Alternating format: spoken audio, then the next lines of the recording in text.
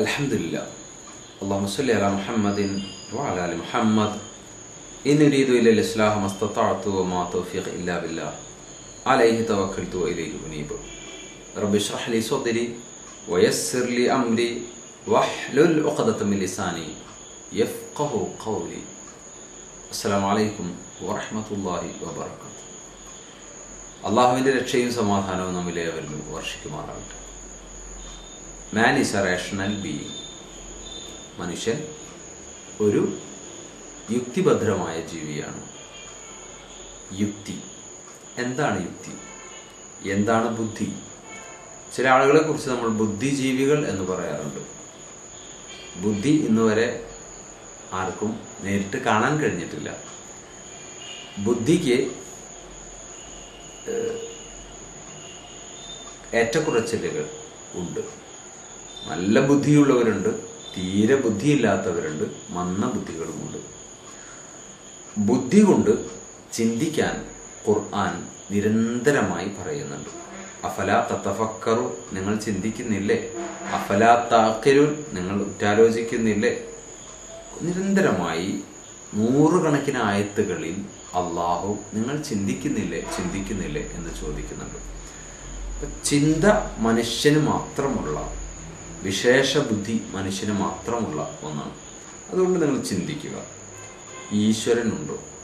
അള്ളാഹു ഉണ്ടോ? ചിന്തിച്ചാൽ നമുക്കൊരു അള്ളാഹുവിനെ കണ്ടുമുട്ടാൻ സാധിക്കും, ഒരു റബ്ബിനെ മനസ്സിലാക്കാൻ സാധിക്കും. ഖുർആൻ ധാരാളം തെളിവുകൾ പറയുന്നുണ്ട്. അള്ളാഹു ഉണ്ട് എന്നതിന് പറയുന്ന ഒരു തെളിവ് ഈ പ്രകൃതി തന്നെയാണ്. ആകാശവും ഭൂമിയും സൂര്യനും നക്ഷത്രങ്ങളും മറ്റു ജീവജാലങ്ങളുമൊക്കെ ഒരു പ്രത്യേക വ്യവസ്ഥയോടുകൂടി മുന്നോട്ട് പോകുന്നതായിട്ട് കാണുവാൻ സാധിക്കും. കൃത്യമായ ഒരു വഴി മാർഗം അവയ്ക്ക് കാണാൻ സാധിക്കും. അതുതന്നെയാണ് അള്ളാഹു ഉണ്ട് എന്നതിൻ്റെ ഒന്നാമത്തെ തെളിവ്. അള്ളാഹു നേരിട്ട് നമ്മൾ കാണുകയല്ല, അള്ളാഹുവിൻ്റെ അടയാളങ്ങളിൽ നിന്ന്, അവൻ്റെ ഈ ഭൂമിയിലെ ആയാത്തുകളിൽ നിന്ന് പടച്ചവനെ കാണുകയാണ്. വകഅയ്യിമിനായത്തിൻ ഫിസ്സമാവാതി വഫിൽ അർള്, ആകാശത്തിലും ഭൂമിയിലും എത്ര ദൃഷ്ടാന്തങ്ങളാണ് ഉള്ളത്. യമുറൂന അലൈഹ, മനുഷ്യൻ നടന്നു പോകുന്നു, വഹും അൻഹാ മുഅ്രിദൂൻ, അവൻ അശ്രദ്ധനാണ്. വെള്ളം രാസവാക്യം ഇങ്ങനെയാണ്: 2 ഹൈഡ്രജനും 1 ഓക്സിജനും സമം വാട്ടർ. 2 ഹൈഡ്രജനും 1 ഓക്സിജനും കൂടി ചേരുമ്പോൾ വെള്ളമാകുന്നു. എങ്ങനെ? അത് അസംഭവ്യമാണ്, അത് അശാസ്ത്രീയമാണ്. അങ്ങനെയല്ല ആകേണ്ടിയിരുന്നത്. അതിലൊരു അത്ഭുതമുണ്ട്. 2 ഹൈഡ്രജന്റെ സ്വഭാവം കത്തുക എന്നതാണ്. ഓക്സിജന്റെ സ്വഭാവം കത്താൻ സഹായിക്കുക എന്നതാണ്. സ്വയം കത്തുന്ന 2 വാതകങ്ങളും കത്താൻ സഹായിക്കുന്ന മറ്റൊരു വാതകവും കൂടിച്ചേരുമ്പോൾ സാമാന്യ ബുദ്ധി നമ്മോട് പറയുക അവിടെ ഒരു വലിയ പൊട്ടിത്തെറി സംഭവിക്കും, വലിയ ഒരു അഗ്നിഗോളം ഉണ്ടാകുമെന്നതാണ്. വളരെ വിചിത്രമായൊരു കാര്യം, ഈ 2 മൂലകങ്ങൾ 3 മൂലകങ്ങൾ ഒന്നിച്ചു കൂടുമ്പോൾ സംഭവിക്കുന്നത് തീരെ കെടുത്തുന്ന ജലമായി മാറുന്നു എന്നതാണ്. ശാസ്ത്രത്തിന് പ്രത്യേകമായ ഉത്തരമൊന്നുമില്ല. എല്ലാം പ്രകൃതിയുടെ കളി എന്ന് പറയും.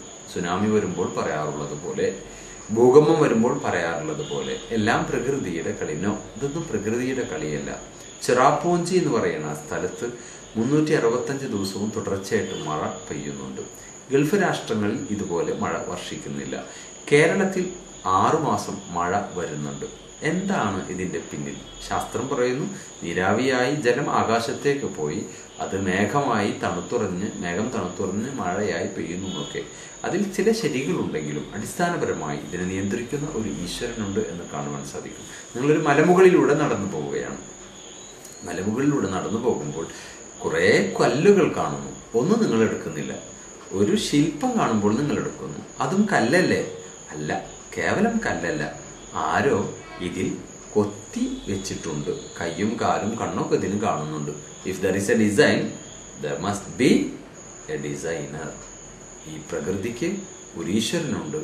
കാരണം ഈ പ്രകൃതി അത്ര മനോഹരമാണ്. ഒരു തീയെ കാണാണ്ട് തന്നെ പുക ഉയരുമ്പോൾ അവിടെ തീയുണ്ടാകും എന്ന് വിചാരിക്കുമ്പോഴാണ് യുക്തിവാദി ആകുക. തീ ഞാൻ കണ്ടിട്ടില്ല അതുകൊണ്ട് ഇല്ല എന്ന് പറയുന്നത്, ജപ്പാനിൽ ഞാൻ പോയിട്ടില്ല അതുകൊണ്ട് ജപ്പാനില്ല എന്ന് പറയുന്നത് പോലെ വിഡ്ഢിത്തമാണ്. ഞാൻ കാണാത്ത സ്ഥലങ്ങൾ ഇല്ല എന്നതല്ല പറയേണ്ടത്, അത് കണ്ടിട്ടുള്ളവർ പറയുമ്പോൾ ഉണ്ട് എന്ന് അംഗീകരിച്ചേ പറ്റൂ. പുക കാണുമ്പോൾ തീയുണ്ട് എന്ന് വിചാരിക്കുമ്പോഴാണ് യുക്തിവാദി ആയി മാറുന്നത്. കണ്ടതിന് വിശ്വസിക്കാൻ കഴുതക്കും കഴിയില്ലേ? അള്ളാഹു പടച്ചവൻ നമ്മെ അനുഗ്രഹിക്കുകയും കൂടുതൽ യുക്തിഭദ്രമായി കാര്യങ്ങളെ നോക്കിക്കാണാൻ നമ്മെ സഹായിക്കുകയും ചെയ്യുമാറാകട്ടെ. അസ്സലാമു അലൈക്കും വറഹ്മത്തുള്ളാഹി വബറകാതുഹു.